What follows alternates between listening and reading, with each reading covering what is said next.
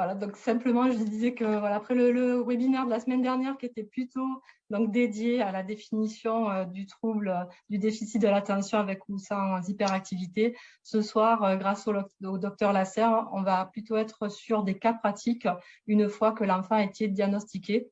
Donc, merci Nathalie, merci docteur Lasserre pour votre présence et vos explications ce soir. Et je vous laisse la parole. Je me permets de présenter le docteur Jean-Pierre Lasserre, qui vient de la même région que moi-même, c'est-à-dire la région de Toulouse. On est dans le sud-ouest. Et donc un neurologue qui s'est passionné dans sa carrière sur l'ensemble des troubles 10 et qui va nous parler, qui va prendre un cas concret d'une jeune fille qui va vous respécifier un peu le déroulé, le parcours de santé, les acteurs, qu'est-ce qu'on voit dans les bilans, parce que souvent les parents, on est un peu démunis dans la manière de voir qu'est-ce que dit finalement le neuropsychologue, l'orthophoniste ou le psychomotricien, hein, qu'est-ce qu'il voit dans ces bilans. Donc, il va vous montrer comment les lire un peu et on va aller jusqu'à l'école, comment ça se traduit après jusqu'à la rentrée dans l'école. Ça y est, ça marche. Jean-Pierre Lasserre, je suis ou j'étais neurologue libéral et effectivement je me suis beaucoup intéressé à la neuropsychologie, hein. C'était l'étude des fonctions supérieures dans leur relation avec les structures cérébrales. Et maintenant que je suis retraité, je garde un petit peu ma passion et je bricole encore de temps en temps. Et donc je vais vous parler effectivement de TDAH, de déficit à l'attention avec ou sans hyperactivité, impulsivité, à travers le cas d'Alissa. Mais avant de parler de déficit, il est peut-être intéressant de s'interroger sur ce qu'est l'attention. Il y a d'abord l'attention, je ne sais pas si vous voyez la flèche, de ce petit gamin qui est en train d'écrire consciencieusement sur son cahier, hein, et donc il développe une attention sélective. Mais ce jeune homme, lui aussi, il a une attention sélective dans la mesure où il est concentré sur son smartphone, mais il est tellement concentré qu'il risque de passer par la trappe. Et là, s'il tombe dans le trou, on va dire, ah ben, il a un trouble de l'attention. Mais ce n'est pas la même attention. Là, il s'agit d'une attention visio-spatiale diffuse. Cette attention qui va amener cette conductrice à piler juste devant le gamin qui traverse et le gamin de faire un saut en arrière. Donc, pour le neurologue, il y a deux types d'attention. Une attention sélective, une attention diffuse. Ces deux types d'attention nécessitent un éveil préalable et elles sont sous le contrôle du cortex préfrontal. Hein. Monsieur Speranza, il parlait du chef d'orchestre. Donc, sous le contrôle du cortex préfrontal par l'intermédiaire des fonctions dites exécutives. Hein. Fonctions exécutives, pensez par exemple à l'exécutif en politique. Alors, j'ai rencontré pour la première fois Alissa, alors qu'elle avait 5 ans et 3 mois et qu'elle venait de rentrer en grande section de maternelle. L'anamnèse, c'est une enfant préterme, hein, elle est née à 8 mois. La station assise a été acquise un peu tardivement, 10-11 mois. Hein. Normalement, ça aurait dû être avant 9 mois. La marche acquise à 19 mois, ça aurait dû être avant 18 mois. À 4 ans, elle ne descendait pas les escaliers en alternant. À 5 ans, elle ne fait pas encore de la bicyclette sans stabilisateur, c'est-à-dire que le papa est un petit peu en retard, il n'a pas encore enlevé les petites roues. Bref, ça sent le retard psychomoteur. Bon, à relativiser cependant, elle s'habille seule, elle attrape une balle. Deuxième point important dans l'anamnèse, on retrouve un retard de parole, un retard de langage. Les premiers mots sont apparus à 2 ans, hein, ça aurait dû apparaître avant 18 mois. Mais un déclic est survenu un peu avant 3 ans. Troisième point intéressant, un déficit en attention avec hyperactivité et impulsivité, donc un TDAH de type mixte, en référence au manuel de description des désordres par une association de psychiatres comportementalistes américains et qui fait relativement consensus. On avait noté ça même avant l'âge de 5 ans, mais il semblerait qu'au moment de l'examen, elle aille un petit peu mieux. On note encore une constipation, semble-t-il une encoprésie, en tout cas il y avait une petite incontinence nocturne des selles, des allergies alimentaires, un eczéma. Au plan familial, on retient surtout un antécédent de TDAH et de dyslexie chez le père, mais il y a pas mal de TDAH dans la famille, voire d'autres troubles.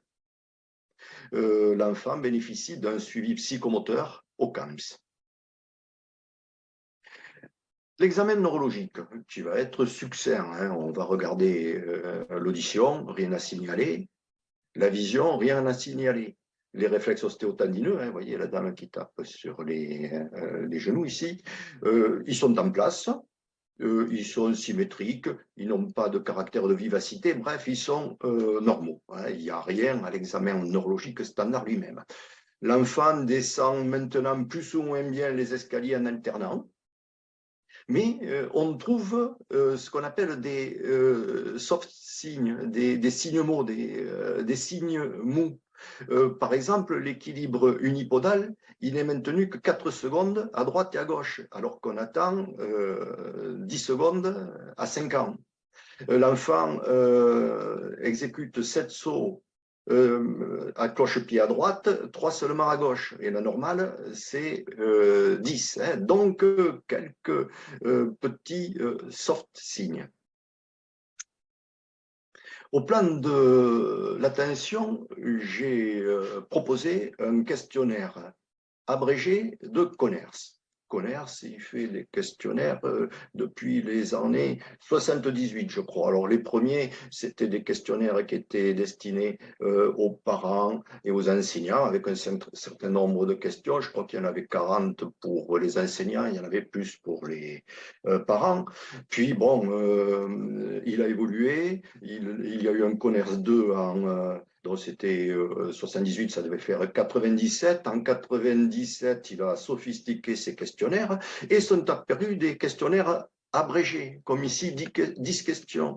Alors là, c'est quand même plus sympathique pour un médecin de première ligne. Et donc, je vais proposer un questionnaire abrégé de Conners. Il s'agit pour les parents de répondre à un certain nombre de questions. Alors, ils vont répondre pas du tout, un peu, beaucoup, énormément. Pas du tout, 0 point, un peu, 1 point, beaucoup, 2 points, énormément, 3 points. On fait des calculs et ça nous donne 19 pour le papa, 20 pour la maman, hein, avec des estimations qui sont très proches l'un de l'autre. On estime que le score est pathologique dans le sens d'un déficit en attention avec hyperactivité, impulsivité, à partir de 15. Ce qui fait que si si l'enfant répond à la définition du trouble comme indiqué par le DSM-5, si vous avez fait bien sûr le diagnostic différentiel, si vous avez ce type de score au questionnaire de Conners, vous pouvez proposer un traitement par psychostimulant. Vous pouvez le proposer à condition qu'il n'y ait pas de contre-indication. Et là, nous avons une enfant qui a 5 ans et 3 mois, donc on n'en discute pas encore. Ce que je voulais surtout, c'est attirer votre attention sur l'aspect qualitatif de ce questionnaire. Vous avez des questions qui ciblent plutôt l'attention, hein, je les ai coloriées en bleu. D'autres qui visent plutôt le côté hyperactivité, impulsivité. Elles sont en ocre. Hein, c'est la délégation la plus importante. C'est ce qui correspond à la définition du trouble. Mais vous voyez qu'en bas, il y a en vert d'autres questions qui sont tout à fait différentes. Cris et pleurs souvent et facilement, changement d'humeur rapide et profond, accès de colère, comportement explosif et imprévisible. Et celles-ci, elles sont hors définition du trouble et elles traduisent plutôt une dysrégulation affectivo-émotionnelle, c'est-à-dire donc on est dans le registre psy. Et si vous avez un score élevé sur ces 3 dernières questions, et c'est donc le cas dans ce questionnaire, il faut vous dire, attention, il y a des signes psychiatriques, notre TDAH, il n'est pas pur, c'est un TDAH+, et on se trouve au niveau des confins neuropsychiatriques. OK ? Alors, j'ai fait un bilan neuropsychologique. J'ai examiné les enfants et j'avais proposé donc à Lisa mon bilan. Je ne vais pas rentrer dans le détail parce que c'est pas intéressant. C'était perso. Maintenant, je ne le fais plus que rarement. Mais je vais vous donner juste les résultats. La première chose que j'essayais de préciser, c'était le niveau logique de l'enfant. Pourquoi le niveau logique? Bon, mais ça, c'est une expérience que j'ai acquis avec l'observation du traumatisme crânien. C'est-à-dire qu'un instrument seul, ça n'existe pas. Nous sommes toujours confrontés à des couples logico-instrumentaux, c'est-à-dire logique langage, logique savoir-faire, reconnaissance, logique mémoire, etc. Des couples. Donc, c'est important de préciser cette notion logique. La logique, c'est la science du raisonnement. Elle est gouvernée par le cortex préfrontal, toujours le chef d'orchestre, par l'intermédiaire des fonctions dites exécutives. Et au plan logique, finalement, Alissa, elle s'en sort assez bien, elle est capable, par exemple, au plan logico-mathématique, de compter 13 jetons, ce que vous attendez à 6 ans. Donc, on sent un bon niveau logique. Le retard de parole, le retard de langage s'estompe, oui, mais on trouve quand même quelques petits problèmes, notamment au niveau de la conscience phonologique. La conscience phonologique, c'est cette maîtrise que nous avons des sons de la langue, la capacité de pouvoir les analyser et les manipuler. Et l'enfant était en difficulté sur une épreuve de conscience phonologique de grande section de maternelle. Elle avait également une faiblesse de la mémoire immédiate dans le registre verbal. On lui fait répéter des chiffres et n'en répéter que 3 alors qu'on attend 4 à 4 ans et demi. Bref, il y avait des éléments qui pouvaient faire craindre un risque par rapport à l'apprentissage de la lecture. C'est ce que j'ai noté ici, ce petit écart. Au plan psychomoteur, l'écart à la norme ne paraît pas s'aggraver. OK. Mais elle ne recopie pas encore le triangle. Or, on attend la copie du triangle à 5 ans. Donc, un petit défect ici, on ne le voit pas en rouge au plan psychomoteur. Je vous ai parlé du déficit en attention avec hyperactivité, impulsivité, qui n'est pas un TDAH simple puisque s'y associe une dysrégulation affectivo-émotionnelle. Très bien. Donc, un trouble au niveau du comportement attentionnel. Par contre, l'enfant était tout à fait performante pour répondre à des épreuves d'attention sélective visio-spatiale, c'est-à-dire que le comportement était défaillant, mais par contre, elle s'en sortait assez bien sur des tests d'attention sélective. Elle était vive, c'est une gamine qui est vive, qui est relationnelle. Bon. On confirme donc la psychomotricité et on suggère une prise en charge orthophonique pour l'aider par rapport à l'apprentissage de la langue écrite. On continue, on avance.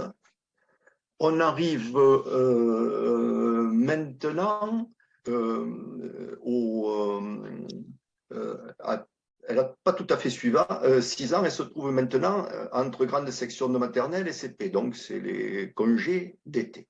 Elle va bénéficier d'un bilan psychomoteur. Le bilan psychomoteur, c'est quelque chose d'assez sympa. Très schématiquement, ça traite de la motricité globale et de la motricité fine, en référence au corps et à l'espace. Ça s'intéresse aux fonctions exécutives qui sont dédiées à ces activités. Ça va même un peu plus loin, puisqu'on jette un coup d'œil du côté des interactions à l'autre, de la communication, mais en faisant quand même attention de ne pas piétiner les plates-bandes des voisins. Et voici les résultats de ce bilan psychomoteur. Alors, toujours pareil, on utilise des tests normaux. La psychomotricienne nous dit, Alissa, elle présente un versant hypotonique. Zut, je l'avais loupé celui-là. Mais qui peut être mis en lien avec un comportement de fuite. Elle a tendance à se laisser tomber pour ne pas faire les choses. Donc là, il y a un brin d'opposition. Bonne coordination dynamique générale, mais, ajoute-t-elle, lorsqu'elle se concentre et prend la tâche au sérieux. Sinon, c'est moins bon. Bonne connaissance corporelle, c'est ce qu'on appelle la somatognosie. Bonne capacité en motricité fine. Les prérequis à l'écriture sont acquis.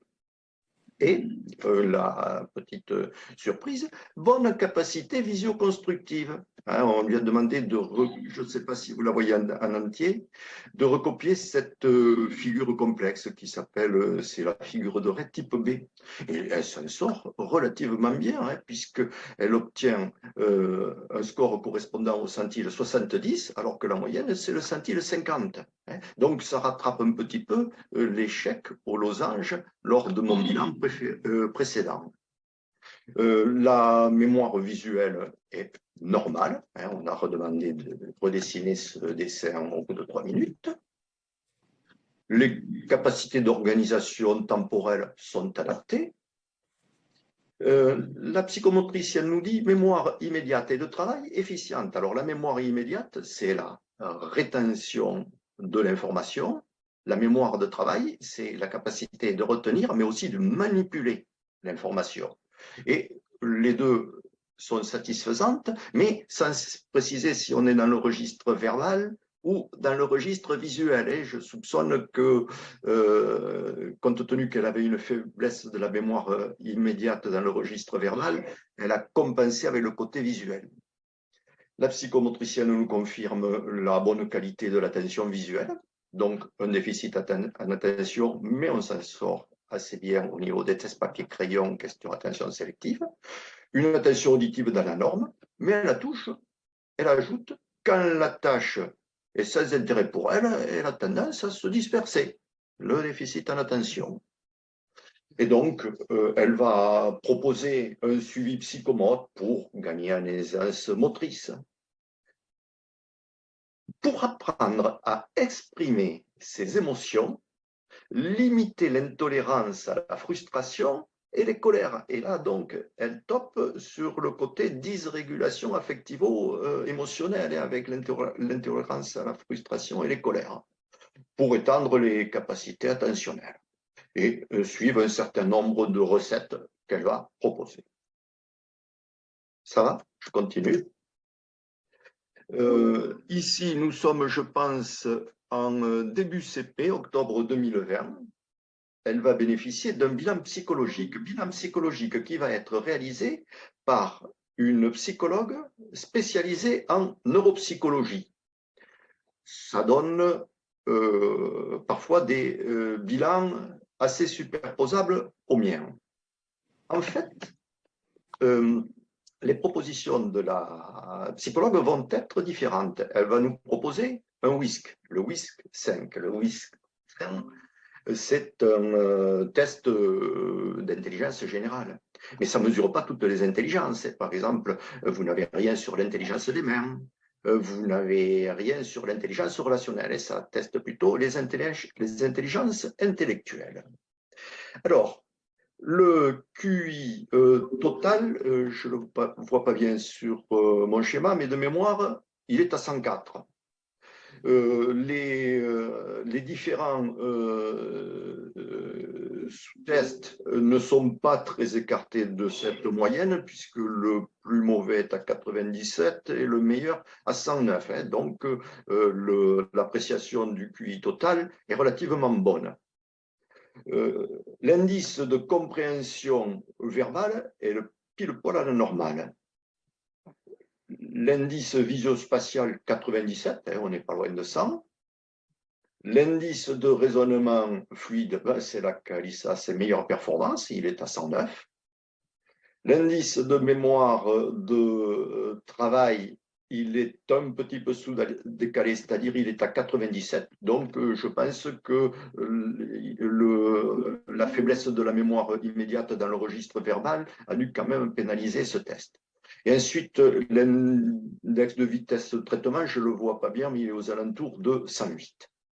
Alors, quand on a ce type de résultat, cette dame, elle s'appelle Michelle Mazot, c'est une rééducateur fonctionnel qui s'est beaucoup intéressée à l'enfant avec infirmité motrice cérébrale et au 10 notamment chez ses enfants. Elle dit quand on a ce type de test, ben, il faut soulever le capot et regarder le moteur, c'est-à-dire s'intéresser aux subtests. Et dans les subtests, il y en a qui nous intéressent plus que d'autres, au sens où ils vont davantage nous renseigner sur l'intelligence fluide, le fameux facteur G. Ça renseigne donc sur le facteur G, c'est-à-dire ça renseigne sur la logique, c'est-à-dire ça renseigne sur les fonctions exécutives. Et alors, ces sous-tests qui renseignent surtout ce facteur G, c'est en compréhension verbale les similitudes, quelle ressemblance voyez-vous entre le bras et la jambe, par exemple, et en raisonnement fluide, tous les sous-tests de raisonnement fluide, les matrices, ça peut être par exemple des séries à compléter, les balances, c'est les équilibres de balance. Et on s'aperçoit que au niveau de ces tests, eh ben, elle s'en sort bien, hein, puisque ça fait partie de ses meilleures performances avec le code. Là, il s'agit d'associer, par exemple, un chiffre à un symbole, et quand on retrouve le chiffre dans le texte, il faut mettre le symbole à la place. Hein. Voilà. Et alors, les conclusions de la psychologue, elle dit donc intelligence normale, mais je retiens surtout cette impulsivité cognitive. C'est une gamine qui fonce. Ce qui fait que je ne suis pas sûr que l'intelligence ne soit pas un peu sous-estimée. C'est-à-dire il y a les chiffres et il y a le jugement de la spécialiste. C'est intéressant. Et cette impulsivité cognitive, elle explique aussi que elle s'est bien marché sur cette preuve de code, c'est-à-dire à parier des chiffres à des symboles parce qu'il fallait faire vite et ça l'a aidé. Voilà. Donc, première épreuve, le WISC. La deuxième épreuve qu'elle va nous proposer, c'est un CONERS, un questionnaire de CONERS encore, mais ça n'a rien à voir avec celui que je vous ai montré tout à l'heure, hein, le petit abrégé. CONERS, il a progressé en 2008, il a sorti un CONERS 3, et là sont apparus des questionnaires encore plus sophistiqués et surtout avec un éventail plus large, c'est-à-dire qu'ils vont s'intéresser à l'attention, l'hyperactivité, les mêmes en référence donc à la définition des psychiatres américains, mais le balayage est plus large puisqu'on s'intéresse aussi aux apprentissages, aux fonctions exécutives et même aux troubles du comportement, les troubles des conduites, troubles opposition, provocation, et là on est à nouveau dans le registre psychiatrique. Les tests, les performances sont significativement défaillantes à partir du moment où les scores sont supérieurs à 65. Et donc, j'ai colorié en rouge tout ce qui était supérieur à 65. Vous voyez donc que la psychologue confirme le déficit en attention avec hyperactivité, également en référence donc à la classification du DSM-5, peut-être un petit peu plus marqué à la maison qu'à l'école. Pas de problème des apprentissages, pas de problème exécutif. En revanche, s'il n'y a pas des troubles des conduites, elle note aussi un comportement, un trouble opposition, provocation, qui est plus marqué à l'école que chez les parents, ou ses limites. Mais c'est à l'école aussi que la maîtresse parlait d'agressivité. Voilà. Donc, TDAH de type mixte, trouble opposition, provocation, pas de trouble des conduites. Donc, elle dit, je vous suggère des séquences de rééducation de l'attention et de l'impulsivité, en utilisant donc des thérapies cognitivo-comportementales, c'est-à-dire on va s'appuyer sur le néocortex, sur l'intelligence, sur la conscience, pour compenser ou contrôler le cerveau affectif. Il peut y avoir une opportunité pour un traitement psychostimulant, le méthylphénidate, c'est la Ritaline, mais comme il y a ce trouble opposition-provocation, on peut suggérer aux parents un groupe d'habileté parentale, type groupe Barclay. Voilà, là encore, c'est une aide pour arriver à contrôler les problèmes de comportement des enfants. Alissa, elle est à l'école. C'est une élève qui rencontre quand même quelques difficultés scolaires et comportementales. Sa famille est inquiétée par les difficultés, et comme ils ont quand même un petit peu l'habitude des 10, il y en a pas mal dans cette famille-là, souhaite l'engager dans un PPS. Une demande à la maison du handicap a d'ores et déjà été initiée en juillet 2020. Elle est restée sans suite. La famille fait établir récemment un bilan auprès d'un neuropédiatre libéral et redemande ce PPS. La MDPH consulte le dossier et elle demande une réunion de l'équipe éducative pour statuer sur la nouvelle demande de PPS, c'est-à-dire réaliser un GVASCO. Alors je pense que c'est c'est décembre, c'est-à-dire fin premier trimestre de CP. Alors voici donc l'équipe éducative. Il y a l'enseignante, il y a la directrice, il y a le médecin scolaire. Il était là. Il y a les parents et même l'orthophoniste avait été invité. Alors le PPS, le projet particularisé de scolarisation, il est destiné aux enfants dont la situation répond à la définition du handicap. Le TDAH, c'est un trouble. Le handicap, c'est les conséquences du trouble. Un handicap, c'est une altération de fonction qui génère dans un environnement donné, à l'école, à la maison, les deux, une limitation d'activité et ou une restriction de participation à la vie en société. On peut se poser la question chez Alissa. Le but, pouvoir, dans certains cas, avoir un matériel pédagogique adapté. C'est intéressant, notamment pour le dyslexique, pour le dyspraxique. Avoir une aide humaine, l'AESH. Parfois, ça sera une réponse en termes de classe adaptée. Le médecin de la MDPH, il observe les documents qu'on lui adresse, mais bon, c'est pas obligatoirement un pro des tests. Donc, il va demander aussi un avis écologique, c'est-à-dire comment ça se passe à l'école, d'où le GVASCO. Et muni de ces documents, il va fixer un taux d'incapacité. C'est une estimation, hein, c'est moins de 50, 50, au-dessus de 50.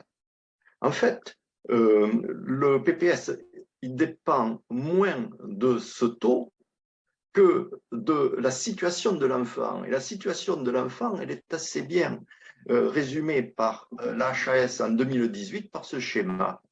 L'HAS dit il y a 3 situations. La première, c'est une situation simple. Vous avez par exemple votre petit dyslexique, il est pris en charge par l'orthophoniste du coin et ça se passe bien. Pareil, TDAH, chez nous, psychomotricité. Vous avez des situations qui sont complexes. Elles sont complexes parce que vous avez une multiplicité d'intervenants. C'est par exemple le problème des multidis. Il y a pas mal de comorbidités. Parce que vous avez une difficulté diagnostique. Vous avez une difficulté diagnostique parce que vous avez des troubles intriqués.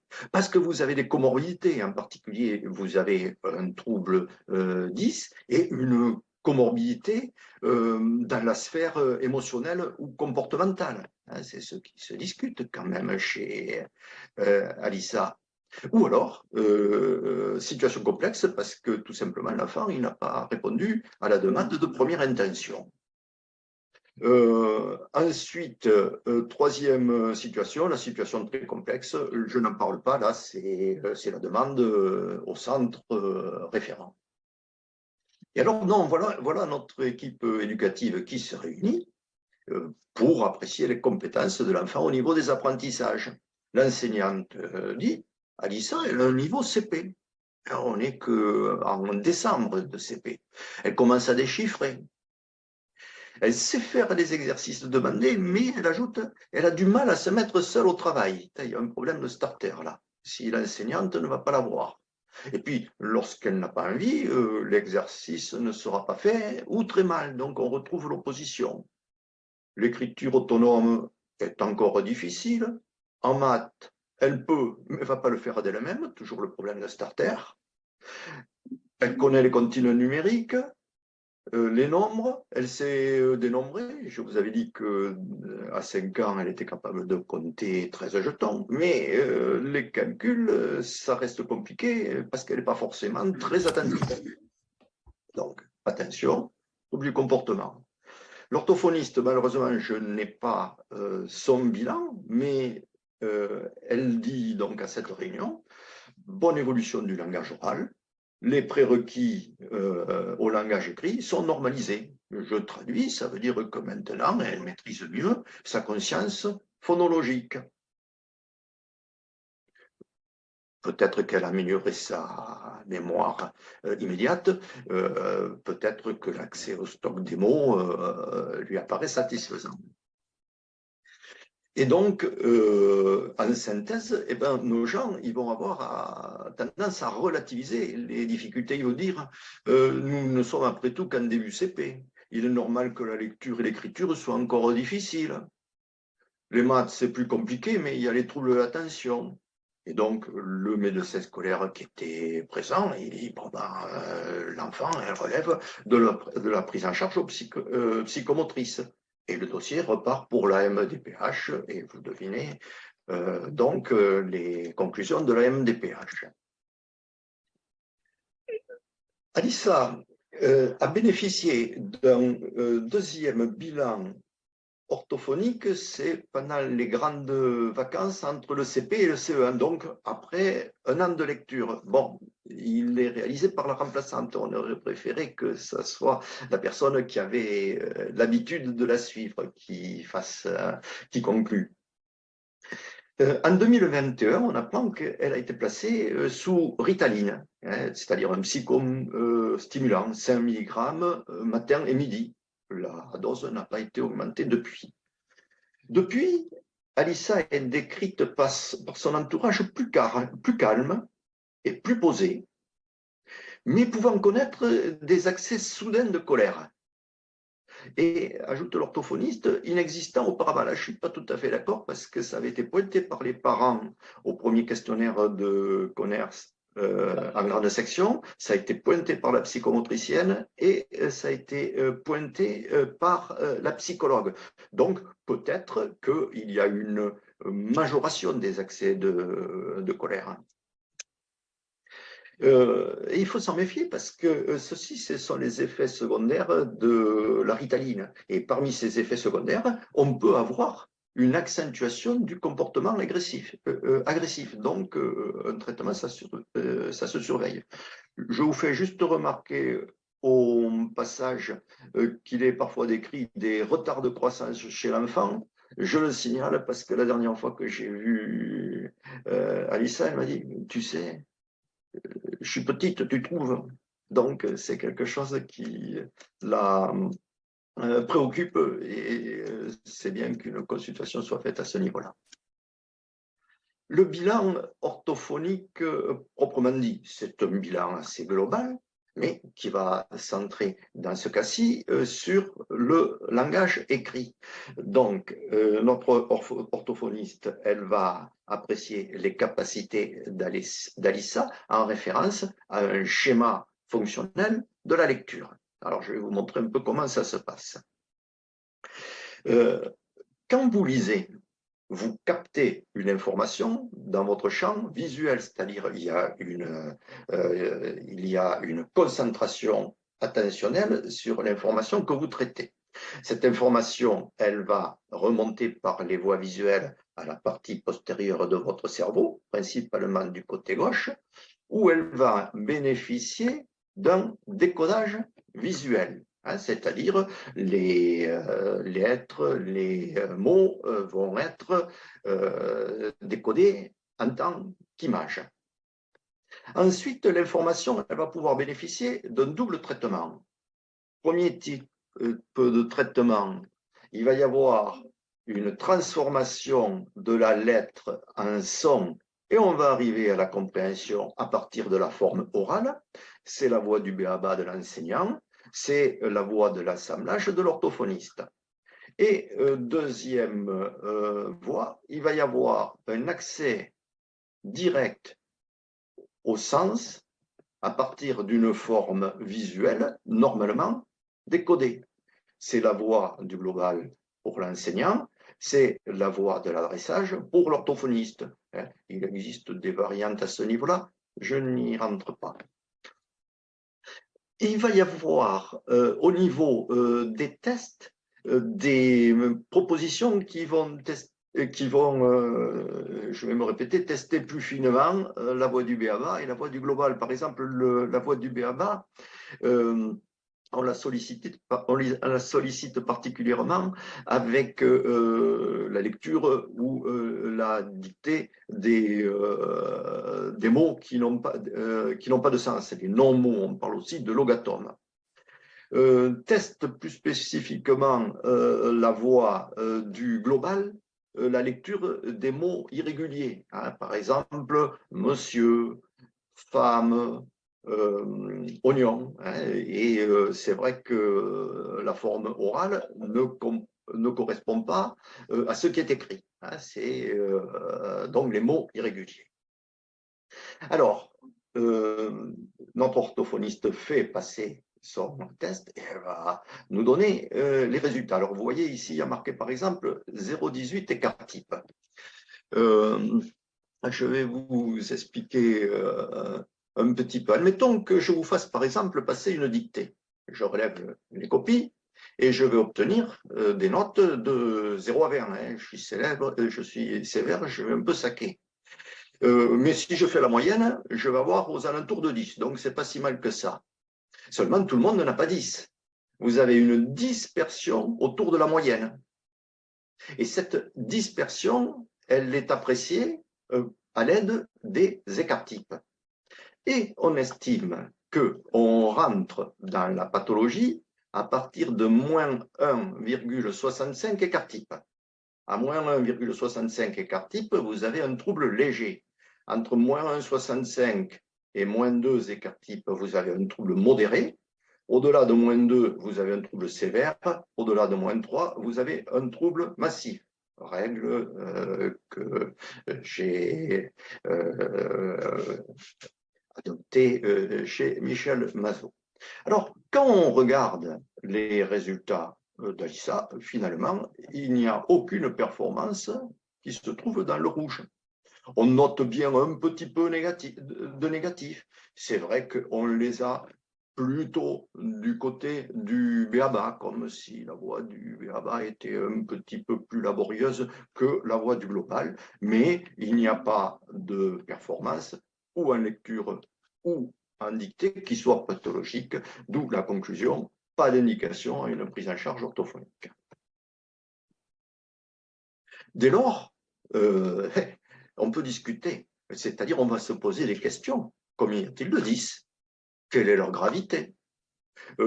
Qu'est-ce que vous pensez de l'aspect psychiatrique? Est-ce qu'il y a une limitation d'activité ou une restriction de participation à la vie sociale? C'est-à-dire, est-ce qu'il y a un handicap?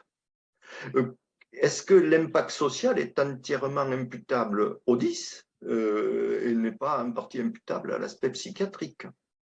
Est-ce qu'il peut y avoir octroi d'un PAP, TDAH, par exemple, l'enfant au premier rang, loin de la fenêtre, loin des enfants turbulents, passer plutôt par le visuel, les TDAH sont meilleurs à ce niveau, et à l'ISA en particulier, essayer de donner quelques activités occupationnelles, style, bon, tu vas m'aider à ramasser les copies, faire du comportementaliste basique, tu t'es super tenu aujourd'hui, allez, un bon point, à 10 bons points, tu auras une image. On peut réfléchir par rapport au PPS. Alors, je ne vais pas vous poser la question parce que nous sommes nombreux, mais cette discussion, nous l'avons déjà eue à l'occasion d'une réunion à la Pélice à Toulouse, plus précisément à Tournefeuille. Alors, tout le monde était d'accord pour dire que nous avions effectivement un TDAH d'intensité assez marquée. Rappelez-vous les scores qu'observait la psychologue qui était plus près de 90 que de 65. Ce TDAH n'est pas simple puisqu'il y a une comorbidité à type d'opposition, alors peut-être rehaussée par le traitement. Le langage écrit est un peu juste, mais il n'y a pas de 10 significatif. Le PAP TDAH, bon, ben, ça c'est l'équipe éducative qui le propose. Oui, hein, ça peut être intéressant.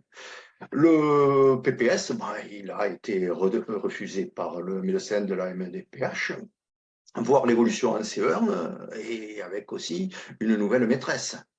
Si ça se passe bien, on en reste là.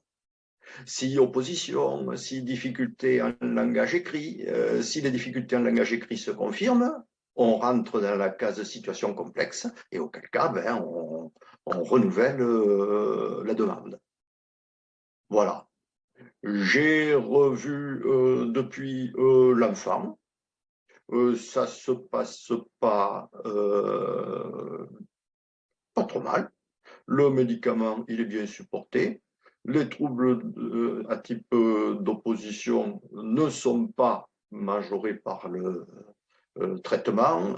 L'écrit, ça va. Nous sommes un petit peu juste au plan psychomoteur, c'est-à-dire qu'on se pose la question d'une dyspraxie à minima. Mais nous avons toujours une belle intelligence, un bon niveau logique et de bonnes capacités, qualités personnelles. C'est une gamine qui s'accroche. Voilà. Je vais maintenir ceci juste en conclusion pour dire quand même que le TDAH, au moins pour un neurologue, c'est quand même un drôle de 10. Hein. Le diagnostic, ce n'est pas comme pour une dyslexie. Hein. Il repose sur des questionnaires comportementaux hein, ou une référence à la définition des psychiatres. L'autre point très important, je trouve, entre la moitié et les 2 tiers des enfants ont aussi des troubles psychiatriques ou du développement concomitant. Hein, des troubles de la personnalité. Le trouble opposition provocation, j'ai perdu ma flèche, le voilà, vous l'avez pratiquement 1 fois sur 2. Le trouble des conduites, c'est pas rare non plus. Vous avez d'autres troubles, regardez ici, trouble d'humeur, trouble anxieux, c'est aussi assez fréquent. Et c'est assez particulier parce que autant l'anxiété que l'humeur, ça bouffe de l'attention. C'est-à-dire que quand vous avez un TDAH et une anxiété en même temps, vous avez une double fuite attentionnelle du fait du TDAH et du fait de l'anxiété. Vous retrouvez des troubles des apprentissages, dyslexie, dyspraxie, dans 20 à 25% des cas. Et enfin, c'est le seul 10 pouvant bénéficier d'un traitement médicamenteux. Le Notropil, ça ne marche pas dans la dyslexie. Voilà, je vous remercie. Hop.